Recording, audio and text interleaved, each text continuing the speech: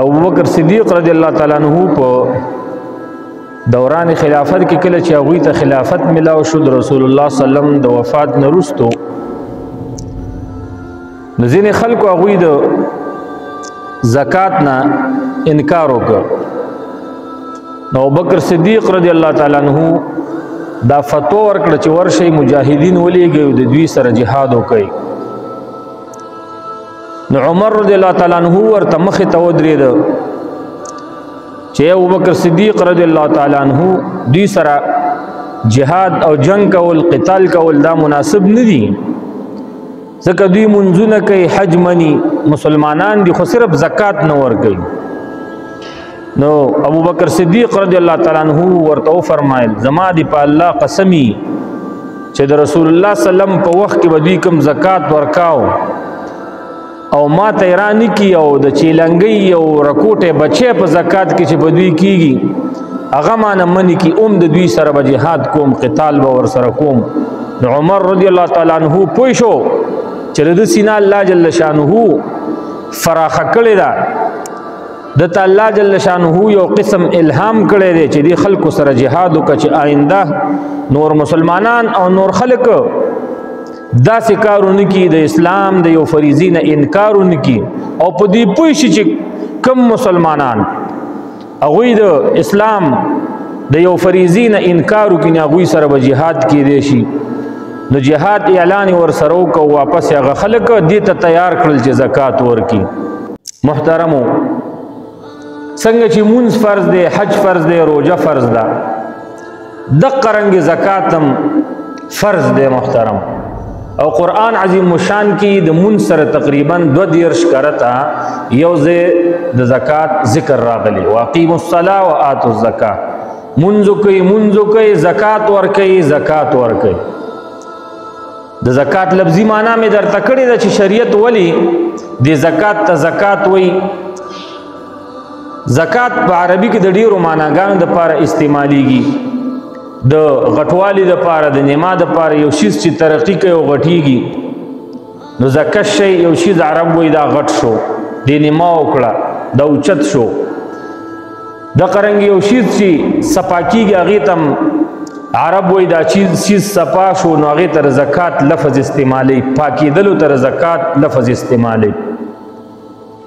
نو د شریعت په اصطلاح کې پته ولګي دلا چې څوک زکات ورکوي دا غمالم صفا کیږي دا سړیم صفا کیږي څوک چې زکات ورکوي نو دا غمالم زیتیږي او دغه سړی مرتبم د الله جل شانه په مقام کې د الله جل شانه په دربار کې دی سړی څوک چې زکات ورکوي کا سړی دی او کا خزه ده د مرتبم اوچتیږي نو محترم مال دې صفا کیږي زیتیږي ستا خپل ذات سپاکیږم او مرتبم دی په اوچتیږي نو زکات ورکول دا فرض دی دا بخامه خاور کې نن سبا ځینې داسې خلک شته محترمو چې هغوی عمرو ته ځي حجونو ته ځي هغوی په دې فراهي ادارو کې سبق پیسې ورکوي هغوی خلکو ته قرضونه ورکوي هغوی پلونه جوړوي هغوی لارې جوړوي خو پاغوی باندې زکات پاتی که 1 روپۍ زکات ستا په ذمه باندې پاتې او نو حج به دې صحیح قبول نشي روزه به دې صحیح قبولیت ته ونه رسي مونځ به دې قبولیت ته ونه رسي ولی تا باندې د الله جل شانه حق پاتې دی او دغه حق تا نه دی ورکړی نه پلونه مه جوړوه ته رفاهي کارونو کې پیسې مه ورکوه خو زکات ورکا مسکین ته ورکا فقیر ته ورکا ځینې خلک ما درته مخکې ویل چې عمرو ته ځي نه عمرې ته مه ځه په تا باندې چې کم مال د زکات پاتې دی حساب ولګوه د څو کلونو پاتې دی د څومره وخت نه ته مالداره شوی هغې کلونو نه حساب ولګوه او زکات مسکینانو ته ورکا محترمو دا عمره دا نفلی عبادت دی او فرض چې یو ځل کړی دی په دویم ځل پتا نه دی حج چې یو ځل کړی په دویم ځل پتا نه دی فرض زکات ورکا کوم پیسو باندې چې حج ته ځي او فریضه د حج یو ځل ادا کړی ده نو چې حساب ولګو څومره زکات در باندې پاتې دی هغه مسکینانو ته ورکا الله جل شانه تخپل غاړه آزاد کا الله جل شانه په دې تانه رانیسي چې ته عمرې ته ولې نه تلې، ته دویم ځل دریم ځل لس ځل حج ته ولې نه تلې. البته چې تا زکات هم ورکړې غاړه دې آزاده ده، د مسکینانو خیال هم ساتي او بیا حجونه کې سل حجونه خو که ثواب پکې ډېر دی، زر عمرې خو که ډېر ثواب دی پکې. خو ولې اول خپله غاړه مالک مغاړه چې په مال باندې بنده ده دغه غاړه آزاده که. زما وروره بله ورځ که مو ته مړه شو وفات شو نو دغه قرضه به مو تا په خپله غاړه باندې قبر ته وړو، الله جل شانه به رانه تپوس کوي. او کله چې زما ستا دغه مال چې په میراث کې بچو ته پاتې شو، ښځې ته، رونو ته، د ترونو بچو ته، قسم په الله هغوی به 3 ورځې صرف موږ په دعاګانو کې یادوي. بیا به زما ستا تصویر، زما ستا شکل، زما ستا صورت، زما ستا محنت، زما ستا خواري د بچو نه، د ښځې نه او د رونو نه ایروي. هغوی به په مال کې لانجې کوي. وګورئ عدالتونو ته خبره لاړه شي چې زما پکې ډېره رسي، بل وایي زما پکې ډېره رسي، بل وایي زما پکې ډېره رسي، ښځه وایي زما پکې ډېر مال رسي، بچي وایي زما پکې ډېر رسي، رونه وایي نه زمونږ هم پکې حصه شته، تربوران وایي زمونږ هم پکې حصه شته. نو محترمو دغه مال بیا ستا تقسیمیږي. په دې کې مو تا پسې څوک بیا خیرات هم نه کوي، او که خیرات کې به کومه طریقې کوي د دې وجې نه کوي چې دا تربوران به څه وایي، دا ګاونډیان به څه وایي، دا خلک به څه وایي چې پلانکې مړ شو بچو یې پسې خیرات ونه کو، بچو ورپسې سخات ورنه کو. نه،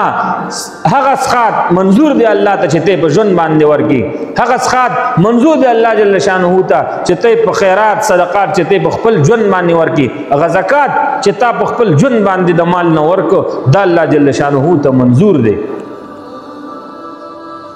نو محترمو بچو ته به مالونه ګټو خو حلال، دغه زکات به تی ورکو. دغه زکات زما په مال کې په بچی فرض نه دی چې هغه تی ورکی، دا زما په ښځه فرض نه دی چې دا زکات زما د مال نه ورکی، دا زما په ورور فرض نه دی، دا زما په پلار فرض نه دی چې زما د مال نه ورکی. په دې کې به نیولې کېږم زه او ته، هغه څوک چې هغه سره سرمایه ده هغه به الله جل شانه نیسي. دا وعیدونه د هغه چا په باره کې دي چې هغه د مال مالک دی. نو مو ته نن د مال مالکان یو، بچي ته مه پرېږده، ښځې ته مه پرېږده، پلار ته مه پرېږده، رور ته مه پرېږده. راځه د نن نه حساب وکړه، الله جل شانه ته غاړه آزاده کړه. ما یو حدیث شریف ستاسې په حضور کې ویو، دا روایت دی د عایشې رضی الله تعالی عنها نه. عایشه رضی الله تعالی عنها د رسول الله صلی الله علیه وسلم بیبي مبارکه او زمونږ او ستاسو مور بیبي فرمایي، قال رسول الله صلی الله علیه وسلم، زمونږ او ستاسو مور بیبي فرمایي عایشه رضی الله تعالی عنها د مسلمانانو مور چې زه دا خبره د ځان نه کوم. قالت دا فرمایي قال رسول الله صلی الله علیه وسلم، اے ستاسو پیغمبر محمد رسول الله صلی الله علیه وسلم فرمایلی دي، ما خالتت الزکات مالا قط الا اهلكته. د زکات مال د نور مال سره کلم نه دی یو ځای شوی. اوس رسول الله صلی الله علیه وسلم فرمایي حدیث مرفوع شو چې زکات مال کلم ستا د نور مال سره یو ځای شوی نه دی، مګرم ستا د نور مال هلاک کړی دی، تباه کړی، دا سړی هلاک کړی، دا سړی تباه کړی. څه مقصد؟ علماء کرام د دې تشریح داسې کوي چیرې یو سړی دی هغه باندې زکات فرض دی چې دا بل ته زکات ورکي، او دا فرض زکات ځان سره وساتي. چیرې اوس 1 لک 2 لک 3 لک روپۍ دي 50,000 دا څنګه چاته ورکړي؟ راځه مله دا پیسې کې د عمره به پې وکړي، راځه دا پیسې کې د پتا خو حج فرض دی او حج ته نه ځي، حج به پې وکړي. راځه دا پیسې کې د زوی په تعلیم کې به ولګي، د لور په ډاکټرۍ او په تعلیم باندې به ولګي. دا پیسې ځان سره کې د بچو له به ښه روټۍ ښه کپړې ښه پیزار راوړي. نو رسول الله صلی الله علیه وسلم فرمایي تا چې د کال زکات ور نه کو او په خپل مال کې د زکات مال شامل کو، نو ستا دغه مال به دغه زکات را پاسي او د حلال مال به هلاک کی، دا به ختم کی، دا به لری کی، دا به کمزور کی، دا به ناقص کی، دا به ورک کی. او ستا ذات پسې هم دغه زکات لګېدلی تر هغې پورې چې د هلاکت کندې ته د خدا نه خواسته وغورځئ. نو زکات ورکا چې د مال صفۍ دی الله جل شانه وکړي، چې مال دی الله زید کی، چې مال دی د هلاکت نه بچ شي. یا بله معنی علما دا کوي، بله معنی علما دا کوي، شارحین حضرات اهل علم حضرات دا موره چې رسول الله صلی الله علیه وسلم مطلب مبارک دا دی که یو سړی خپل مالدار دی زکات ورک خو د بل زکات ته لاسونیو چې راشه دا پلان کې مالدار زکات تقسیمي او حال دا چې په داسې حال کې چې ته خپله مالدار یې خپله در باندې زکات فرض دی چې بل ته یې ورکړي او ته د هغه نه زکات راواخلي هغه په بچو باندې ولګي هغه په ځان باندې ولګي هغه خپلو پیسو کې شامل کړي زما په مقصد پوهېږئ مالدار یې د بل نه زکات واغسته او خپله استعمالې نو رسول الله سلم فرمایي دغه زکات چې تا د بل نه اغستی حرام مال دی اغستی ستا دپاره حرام دی دا د مسکین حصه ده دا د کونډې حصه ده دا د یتیم حصه ده دا د فقیر حصه ده دا د غریب حصه ده او تا مالدار واغسته نو رسول الله سلم فرمایي ما خالطت الزکات مالا قط الا اهلکته چې دا زکات تا واغسته او ته مالدار وې نو اوس به دغه زکات را پاتېږي او ستا د حلال مال ستا د مالداري دا به ختموي دا به هلاکوي اوس دې مولین صاحبان هم سوچ وکړي اوس دې اجین صاحبان هم سوچ وکړي تبلیغین حضرات هم دې سوچ وکړي دیندار خلک هم دې سوچ وکړي ځوانان او بوډاګان او زنانه هم دې سوچ وکړي چې زکات اغستل ما ته جایز دي که ناجایز دي په دې ته نه پوهېږي ملا صاحب سره کېنه چې کور کې زه دومره مال لرم زه بل نه زکات اغستی شم که نه په کور کې ما سره دومره پیسې دومره سره دومره سپین دومره تجارت سامانونه پراته دي چې زه زکات ورکوم که نه به ورکوم په ما باندې زکات ورکول فرض دي که فرض نه دي محترمو ستا د تجارت په مال کې په تا زکات فرض دی چې کال به تیر شوی دی د تجارت اسباب ځمکه دې واغسته پراپټۍ والا اوس یو سړی دی د هغه سل جربه ځمکه ده خو د تجارت دپاره نه ده اغستې د دې دپاره اغستې چې په دې باندې به ګني کرم په دې به جوار کرم په دې به غنم کرم د دې نه به فصل اخلم سل جربه ځمکه ده خو په دې ځمکه کې په ده زکات نشته البته عشر پې شته عشر پېژنئ عشر د عشر بیا ناشنا مسلې دي په هغې کې دا نشته اوس مثلا یو سړی دی او هغه ځمکه وکرله یو جیرب او دا سړی ډېر غریب دی 1 کروڑ روپۍ قرضدار دی خو د چا یو جرب ځمکه یې وکرله یا خپله 1 کروڑ روپۍ قرضدار دی دی وکړل 10 من غنم دا 1 من غنم په لسو کې دغه غریب سړی دا قرضدار سړی دا به د ځمکې نه عشر زکات ورکوي هغې ته عشر ورکوي کله کله ستا په ځمکه کې چې پارټ باندې اوبه کېږي په ټیول باندې اوبه کېږي په هغې باندې ستا خرچه راځي ته به شلمه حصه ورکې یعنې 20 منو کې به 1 من ورکې او کله چې د باران په اوبو باندې اوبه کېږي یا د داسې نیر نه اوبه کېږي چې هغې باندې تا پسې مالیه ټکس نه راځي نو بیا په هغې کې به 10مه حصه ورکې یعنې په 20 منونو کې به 2 منه ته ورکې په 10 کې به 1 من ورکې دې ته عشر وایي محترمو دغه ځمکه ده او تا د تجارت دپاره نه ده اغستې 100 جربه ده 1000 جربه ده په دې کې صرف عشر ورکوه زکات در باندې په دې کې نشته زما په خبره پوهېږئ ګاډی دې ځان ته اغستی محترمو ګاډی دې اغستی دی په 10 کروڑه روپۍ خپله پکې ګرځي جاز دې ځان ته اغستی دی په جاز کې سی به ګرځي مالداري ښه شی دی چې الله مال درکړه زکات به در باندې فرض شي چې الله مال درکړه عمرې به وکړي حجونه به وکړي خیراتونه به وکړي صدقات به وکړي مدرسې به جوړې کړي جوماتونه به آباد کړي حلال مال دا ډېر ښه شیز دی الله دې ټولو مسلمانانو ته ورکړي خو حلال مال حرام مال کوشش به نه کړي که د حرام مال کوشش دی وکړه زما وروره د حرام مال پسې خو به لون شي خو حلال مال به الله نه درکړي الله جل شانه به ورځ په ورځ لاندې کوي محترم يمحق الله الربا ويربي الصدقات الله جل شانه سود حرام مال باطل مال د شریعت خلاف چې دی ګټلې د رسول الله سلام د دین خلاف دی ګټلې حرام مال الله فرمایي دا به محو کیږي دا به ختميږي او الله جل شانه پاک مال ته ترقی ورکوي ويربي الصدقات او هغه مالونه چې هغوی نه زکات ورکول کیږي په غریبانانو به کې خرچه کیږي دغه مالونه به الله جل شانه زیاتوي وګورئ په دنیا کې وګورئ سر وکړئ نو محترم استا ګاډی دی 10 کروڑ روپو دی او ته پکې خپله ګرځې جاز دی ځان ته اغستې په دغه کې زکات نشته را به نه ورکې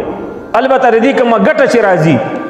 د دې دارې په کرایه جاز ورکړی دی په کرایي باندې چلې ګاډی په کرایي باندې چلې چا ته ورکړی دی د هغې کوم آمدن چې راځي او نور مال سره یو ځای کې او زکات به ورکې خو خپله د ګاډي په دې سرمایه کې چې تا پې 1 کروڑ روپۍ بندي کړي که کال پی تیر شي 10 کاله تیر شي دغه ګاډي زکات به ته نه ورکې. همدغه حساب سره تا ځان ته کور نور هغه سامانونه اخیستي دي چې هغه په ضروریات اصلیو کې راځي. پیلې شي چې نکونه کاسې شولې، ستا جوړې جامې شولې، ستا کور شو سیبا کور دې جوړ کړی دی په 50 کروڑ روپۍ او په دې باندې 10 کالم تیر شي زکات پې نشتا. اوس یو خبره ده، هلته ستا کورو هغه تا په 50 کروڑه د خپل اوسېدو دپاره جوړ کړی او زکات پې نشته. اوس ستا کور جوړ کړی دی په 50 لکه روپۍ، خو دې اخیستی د تجارت دپاره. ته وایې چې دا کور اخلم دې دپاره سبا یې خرڅوم بله ورځ یې خرڅوم چې ما ته ګټه وکړي. ته دغه تجارت کې د پراپرټۍ. اوس به دغه د کور پیسې هغه وخت سره چې دا کور تا اخیستی په 50 لکه اوس د 1 کروڑ دی، په نن ورځ به حسابو کې کال پې تیر شو. دغه زما کور په مارکیټ کې 1 کروڑ روپۍ کې د 1 کروڑ روپو زکات به ته اوس ورکړي. زما وروره په مسلو باندې ځان پوه کوي. کله چې ته مالداره کېږي محترمو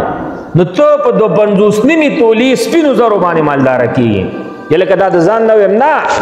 دا رسول الله وسلم فرمایلی دي چې 200 د سپینو زرو کمی روپۍ چې دي 200 د سپینو زرو روپۍ دا تقریبا جوړیږي 595 ګرامه سونا چې یو سړي سره 250 تولې دا چاندي. او مطلب دا چې دا تولې چې 250 تولې چې منګه والو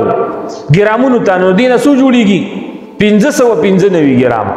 دغه عمره سپین زر چې تا سره کا زنانه د کسړې یا دومره پیسې تا سره پرتی دي چې پاغي ورځ باندې ستا په دې پیسو باندې 250 تولې چاندي کیږي او کال په تیر شو. په دغه عمره مالیت یا دغه عمره مالی تجارت در سره پروت دی چې دا مالی تجارت ته حساب کی او دومره پیسې ته جوړیږي چې د مالی تجارت په دې اسبابو باندې 250 تولې سپین زر کیږي. نو شریعت وې ته مالدار ته غنی وستسو کا زکات ورکا څومره ورکا نه د الله جل شانه غټ انصاف دی. ځینې وخت کې په سړي باندې 15 حصہ د مال 15 روپۍ دا فرض کیږي، په هغې کې ستا محنت کم دی. اوس په ځینې وخت کې په تا باندې 10 روپۍ فرض کیږي، په هغې کې لږ محنت دا مخکینی نه اضافه دی. ځینې وخت کې 20 روپۍ په تا باندې شریعت وایي الله جل شانه وایي چې ورکا 20 روپۍ، نو په دې کې ستا محنت لږ نورم سیوا دی. اوس ته چې تجارت کې نو الله جل شانو فرمای راځه 40 روپۍ ورکوا، نو په زکات کې با ته 40 روپۍ ورکې. یلګه دا 9 روپۍ ما وتا تا 9 روپۍ چا را کړي تپوس کوم الله جل شانو. نو دغه په 9 سال په دې 40 روپو کې دا 1 روپۍ چې دا ټول مال د الله دی، دا ټول مال د چا دی؟ دا د الله دی. وما عملته ايديهم افلا يشكرون. الله جل شانو فرمای دا پیسې چې دی ګټلې دي سورۃ یاسین کې الله جل شانو فرمای دا ستاله سنوري ګټلې، دا ستا خپل تور نه ده. راشه ستانه ډېر بهادر خسته خلق د غټو وجودونو والا خلق هغوی ستا زکات ته ناست دي. دا د چا احسان دی؟ دا د الله جل شانو احسان دی. دستانه د قومي خلق خاندانی خلق دستانه زکات اخلي، دا د چا ورکړه ده؟ دا د الله جل شانو ورکړه ده. نو الله جل شانو فرمای نه نه نه دا پرزمکه کې چې تاسو دا غنم واچوي نو دا تاسو کارکردګي نه ده. ته په ظاهره باندې الله چې کوم لاسونه درکړي او الله چې کوم غنم درکړي دا تا د الله په ځمکه کې واچول. زموږ ستا پکې څه شته؟ نشته. یلکه بدن د الله، لاسونه د الله، زړه الله راکړي، دماغ الله راکړي، لباس دا الله را کړي، بچی خزا دا الله جل شانه را کړي، دا کم غنم چې کرم دا الله د الله دی، دا کم ازمکه معنی چې کرم دا الله جل شانه دی، خو مجازي مالک زین. نو دا غنم چې تاو شیندل محترم دا دن نه پټ شو، ایا دې سره څوک شته چې دې حفاظت وکړي؟ څوک شته چې دې نه تیغ راوباسي؟ دا ځمکه چا پوی کړې ده چې شابه ځمکې موتا پوی کړي چې شابه د دې دا دانه چې دا پستکه او د دې نه بې بره اسمان طرف ته یو تیغ راوباسه. دا څوک کوي؟ دا په تیاره کې څوک لګی دی؟ دا د ځمکې د خاورو لاندې دا څوک لګی دی؟ د شپې په تیاره کې دا څوک لګی دی؟ دا الله جل شانه. کل یوم هو فی شأن. الله جل شانو دې حفاظت کوي. نو په دغه کې خیر دی ته عشر ورکه، زکات پکې ورکه. ښه د الله جل شانو د ارث راټوکولي خنو د مو تاسو سره تجارت کم مال له په دې کې الله جل شانو فرمای ته پکې تکلیف کیږي خیر دی زما بنده د یو علاقې نه بل ځای ته به اسباب وړي ذهن به دې استعمالیږي لاسونه به دې ستړي تجارت کې محنت کې ډېر نه 40 روپۍ ورکوه زما د مال نه یې ورکه چې دغې مال مالک کړی چای الله جل شانه ای محترم دغه زکات دغه مال چې الله جل شانه راکړ انما اموالکم و اولادکم فتنه الله جل شانه فرمایي چې ستاسو دا بچی ستاسو دا لونه ستاسو دا الکان دا ګور امتحان دی په تاسو باندې که بچی د دین لپاره استعمال کړل نو ته به جنت ته لاړ شي که بچی د گمراهۍ لارې ته برابر کړل نو ته به دوزخ ته امتحان شو کنه شو الله جل شانه بچی راکړي مکو چې دا پیسې کوي داتی مولا صاحب جوړي کداتی مایکل جیکسن جوړي داتی عالم جوړي کداتی شاروخ خان او سلمان خان جوړي دا پر خپل بچی باندې ګیره پری دی او حکم ورته کوي چې لری کا ګیره ختمه کا په مورم امتحان دی په پلارم امتحان دی دغه لور دغه بچی چې الله را کړی امتحان دی امتحان چې ته پې سکے نو دغه بچی دا کېدای شي چې زموږ ستا جهنم ته د تلو سبب او ذریعه وګرځي الله هم دې وساتي دغه بچی او دغه لونه دا کېدای شي د الله نم تمه د الله دې داسې کي چې زموږ ستا به انشاءالله جنت ته د تلو ذریعه وګرځي یلکا یو سړی به ګناهګار وفات شوی رسول الله صلی الله علیه وسلم فرمایي ثابت خبر د قرآن نه د حدیث نه د دنیا نه به ګناهګار تلی خو مسلمان به په قبر کې به داغه درجه اوچتی شي هغه به الله جل شانه به ور سره مینه او محبت په قبر کې شروع کی مخکې ورته دوزخ نه کړکې کولاوه اوس به ورته جنت نه کولاویږي دا به یا الله زه خو ګناهګارم اوسه پورې عذاب اوس خوشحالي ده ولې راحت راغی آرام راغی سکون راغی ورته به جواب میلو شي چې ستا یو بچی دی او هغه علم شروع کړی ستا یو زوی دی ستا یو لور ده هغوی منځونه کوي تا ته دعاګانې کوي ستا یو زوی دی ستا یو لور ده هغه صدقه چاته ورکړی او ثواب تا ته بخلی دی هغه یو جومات جوړ کړی دی ثواب تا ته بخلی دی هغه یو نیک عمل کړی دی ثواب تا ته بخلی دی نو ستا مرتبه په دې وجه باندې اوچته شوله یو سړی به په قبر کې پروت وي او هغه به پاکي صالح به دنیا نه تللی خو الله به هغه عذاب کې واچولی ده به په خپلې کارکردګۍ په خپل محنت یو بچی داسې لارې ته ور برابر کړی چې د د وجې نه به هغه ګناهونه کوي د د لور به د د وجې نه بېستري کوي د د وجې نه به هغه ښکاره مخ په دفترونو کې ناست دی अब ښکاره مخ د هلکانو سره یو ځای ګرځي په دفترونو کې په سکولونو کې ده به داسې چل کړی نو بېستري حرامه ده دا ګناه ده که څوک ورته جایز ووایي دا کافر کیږي نو ستا د وجې نه ستا دا لور بېستري کوي قبر کې به پروت وي مور به قبر کې پرته وي او تا پسې به د دې دا ګناه کې ستا به پوره حصه وي الله جل شانه ولې په دې باندې مراګي نو محترم ما خبر ادا کوله چې مالونه او بچی دا فتنه ده مال به دې ګټلې څنګه فتنه ده الله فرمایي حج پیو کا حج به نه کې فتنه شو کنه جهنم ته راتلو د پاره سبب وګرځید عمره پیو کا نه کې جهنم ته راتلو د پاره د کمال سبب وګرځید زکات ورکا زکات نو ورکې بخیری د غمال جهنم ته د تلو د پاره زموستا سبب او ذریعہ وګرځیدلا دا فتنه ده کله کله موتا دعاګانی کو الله ما مالدار کا الله ما ته پیسې راکا یره دغه دعاګانی نه قبليږي دا ولی دا وورا کله کله الله جل شانه ته خو زمونږ دا سافټویر دا عقل دا کړو دا معلوم دي دا خو نه پټيږي یلکه زبا یو خبره د ستاسو نه پټه کم په ظاهر باندې وزن سم نیک ښکار کم خو باطن خو زما الله ته معلوم دي زما زړه زما دماغ دا الله ته معلوم دي وس ځینې وخت کې موتا غریبانه نه او دومره روټۍ موتا ته ملاویږي چې اله بس زمو ستا پې هغه د غرمې او د ماښام او د سحر کار برابري خو الله ته دعاګانې کوي یا الله مالداري غواړم یا الله حجونه به کوم او یا الله عمرې به کوم الله ته به ما وګورې که نه الله جل شانه د الله پې دوپلې نه مني ولې ځکه الله جل شانه ته بالمشاهده زمو ستا دا زړه دا دماغ معلوم دي چې بنده سم شه مال به درکم ګوره کافر به د دنیا نه تیر شي دغه مال به د کفر کې مبتلا کی به بس کې مال به درکم زینې به در نه جوړ شي اوس خو 15 وخت منځونه کې بالمازه به در نه جوړ شي په زناګانو کې به مبتلا شي په شراب کې به مبتلا شي پافیمو کې به مبتلا شي، په نشو کې به مبتلا شي، یا لکه قتل بدر نه وشي، غرور او کبر لوی بدر کې پیدا شي، الله جل شانه دغه دعاګانې نه قبلوي. تو په دې باندې به خفه کېږي نه، کېدای شي چې چاته الله جل شانه مال نه ورکوي، په دې کې د دنیا او د دین د دواړو نقصان دی. نو په دې باندې صبر وکړه. ما درته یو قصه صحابي اورولې وه چې رسول الله صلی الله علیه وسلم هم ترې خفه لاړ، چې رسول الله صلی الله علیه وسلم ابو بکر صدیق رضی الله تعالی عنہ، عمر رضی الله تعالی عنہ، عثمان رضی الله تعالی عنہ دا ټول ترې خفه شو او دغه سړی به ملکی زکات به نه قبليږي. رسول الله صلی الله علیه وسلم ورته فرمایي سمشع ثعلبه ابن حاتم، رسول الله صلی الله علیه وسلم ته فرمایي مکو دا دعا را باندې الله به مالدار کی زما په دعا ګوره تا ته مال خنه دی نو الله رسول الله صلی الله علیه وسلم ما ته دعا وکړه، الله نه دعا وغواړه چې زما مالدار شم، چې مالدار شو زکات نه ورکا او رسول الله صلی الله علیه وسلم ته خپلال، او بکر صدیق رضی الله تعالی عنہ ته خپلال، عمر رضی الله تعالی عنہ ته خپلال، عثمان رضی الله تعالی عنہ په خلافت کې دا سړی مړ شو او دغه ټول خلک ته خپدي، رسول الله صلی الله علیه وسلم ته خپلال. رضی سړي حشر او انجام به سید چا سره وي؟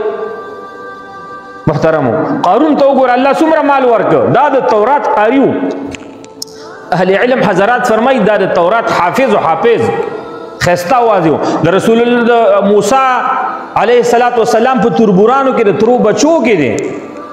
یاره چې مال ورته الله ورکړ، زکات ورکا. موسی علیه السلام ورته فرمایي زکات ورکم، دا خو ما ته چې الله کوم علم را کړی دی دا په هغې وجه ما کې د تجارت صلاحیت دی، زه په کاروبار باندې پوهېږم، ما ته الله عقل او پوهه را کړې دا ما په هغې باندې ګټلی دی، زه څنګه اوس دا دومره روپۍ راواخلم په زکات کې ورکړم. ای موسی علیه السلام اوس د زما مال ته نعوذ بالله من ذلک چې دی چل غلې کړی دی، زما مال په دې طریقه باندې وي الله جل شانه په ځمکه کې دننه کړي، اوسه پورې تاویږي دا مالم دی والا، دا بدنم دی درواخله، دا بدماشیم دی درواخله او په ځمکه کې ذلیله به روانې تر قیامته پورې. ځینې خلک د عذاب قبر نه منکر دي، داسې خلک شته چې هغوی د قبر د عذاب نه منکر دي. تاسو به د فیسبوک او د موبایلو باندې اورئ که نه، یا زما ورونو دغه قارون چې په ځمکه کې الله پاک نه ایسته دا به څومره وخت ژوند دی په دې ځمکه کې، دنیایي ژوند به د څومره و 2 منټه به 10 منټه به، نو ولې رسول الله صلی الله علیه وسلم فرمایي چې دا به د قیامته پورې دته عذاب ورکولی کېږي. راشه قرآن عظیم الشان کولاو کا د امام بهقي صاحب یو کتاب دی هغې کې اثبات عذاب القبر، د قبر د عذاب په باره کې لیکلی تقریبا چې 250 احادیث پکې راولي، د رسول الله صلی الله علیه وسلم مرفوع احادیث پکې راولي چې څوک مړ شي د قبر عذاب به ورته ملاویږي، کا ګناهګار او معذب به عذاب به ورته ملاویږي، او که صالح او نیک هغه ته به الله جل شانه راحت ورکوي، خوشحالي به ورته ورکوي. یاد ساتئ که د قبر د عذاب نه څوک په صحیح طریقې منکر شو دا مسلمان نه دی. امام شافعي صاحب فرمایي دا مسلمان نه دی، امام ابو حنیفه صاحب فرمایي دا مسلمان نه دی، امام مالک صاحب فرمایي دا مسلمان نه دی، امام احمد بن حنبل صاحب فرمایي دا مسلمان نه دی. ټول امامان په دې باندې متفق دي چې دا سړی مسلمان نه دی، احادیث په دې باندې متفق دي چې دا سړی مسلمان نه دی، د قرآن عظیم الشان آیتونه په دې ګواه دي چې دا سړی مسلمان نه دی. راشه د قرآن عظیم الشان ته کولاو کا او په هر یو آیت کې وګوره ته ډېر آیتونه به داسې پیدا کړي چې هغه د قبر عذاب ته صراحتا ځینې دلالتا دغه رهنمایي کوي چې د قبر عذاب شته شته شته شته. څنګه د قبر د عذاب نه منکري دي دومره حدیثو سره به څه کوي؟ که ته دا خو احادیث دي دغه قرآن چې مو تا ته راغلی زما وروره دا قرآن چې کوم زما ستا په لاس کې دی دا چا تا د چا نه یاد کړي؟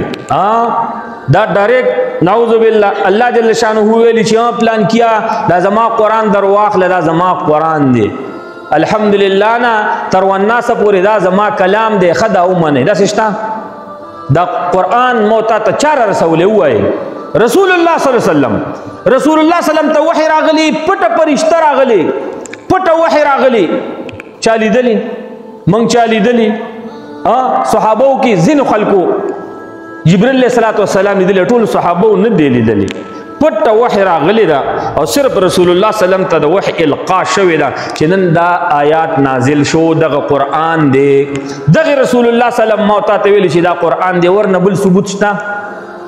شتا الله جل شانه ډایرک شاته ویلي چې دا زما کلام دی په دې قرآن کې شته چې الله جل شانه فرمایي چې دا زما کلام دی خو دغه موږ ته چا دغه آیات را رسولې دا رسول الله صلی الله علیه وسلم را رسولې دی نو چې اوس د رسول الله صلی الله علیه وسلم د خولې مبارک نه دا مني چې دا د قرآن آیات دی او دا قرآن دی او دا د الله کلام دی نو د رسول الله صلی الله علیه وسلم د خولې مبارک نه چې کوم احادیث راغلي دي چې د قبر عذاب شتا شتا شتا شتا یو حدیث نه دی په زرګونو حدیث دی نو څنګه نه مني ځینې منم او ځینې نه منم داسې کېږي نه ځینې داسې خلک راووتل چې هغوی په دین کې قسم دی شکونه د خلکو پیدا کوي هغوی د خلکو ذهنونه اړوي هغوی علم دی دپاره کړی چې په دین کې شک پیدا کړي د خلکو په علماو باندې خلک چې دی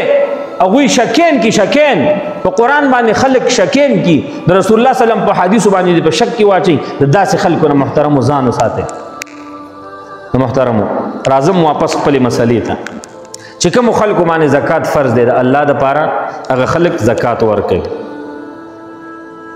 هغه خلک زکاتونه ورکوي والله ګورئ چې دا بچی مو ته نشي خلاصولی دغه رور مو ته نشي خلاصولی یا لکه بېګاله زما ستا سترګې پټې شولې او مال رانه پاتې دی دغه بچی مو ته خلاصولی شي دغه مال به درته ما مخکې ویل دا به قسم په الله تقسیمیږي او پتا چې زکات پاتې دی تر قیامته پورې به در باندې پاتې بیا به څه کې چې الله پاک دی پاسې چې وای زما بنده تا ته ما پیسې درکړې وي مال مې درکړی تا باندې ما زکات فرض کړی په قرآن کې درته فرضیت ثابت شوی رسول الله صلی الله علیه وسلم حدیثو کې درته فرضیت ثابت شوی علماو به درته مسلې کولې ولې دې زکات نه ورکاو چا سره جواب شته تاسو ته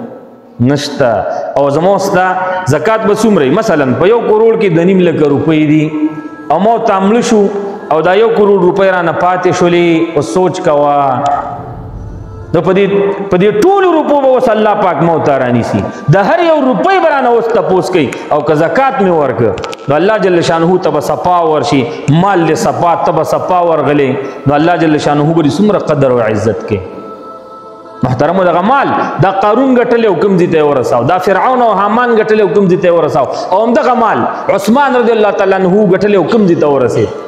دغه مال عبدالرحمن ابن عوف رضی الله تعالی عنه ګټلی او کوم ځای ته یې ورساو د رسول الله صلی الله علیه وسلم دعاګانې پې واغستلې نو کوشش وکړئ چې په خپلو مالونو باندې مدرسې آبادي کوي جوماتونه پې آباد کوي هغه علما چې هغوی غریبانان دي زکات ورته ورکوي هغه علما چې هغه مالداران دي د الله دپاره هغوی ته زکات مه ورکوئ هغه ستا ګاونډیان چې غریبانان دي زکات ورکه هغه ګاونډیان چې ستا مالدار دي زکات مه ورکوه ستا زکات نه کېږي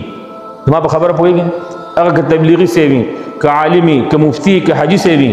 او هغه خپله پې زکات فرض دی او د بل نه زکات اخلي دا حرام مال دی حرام مال څه ته وایي چې په جوارې باندې وګټي په شرابو باندې وګټي په ګانو بجانو باندې وګټي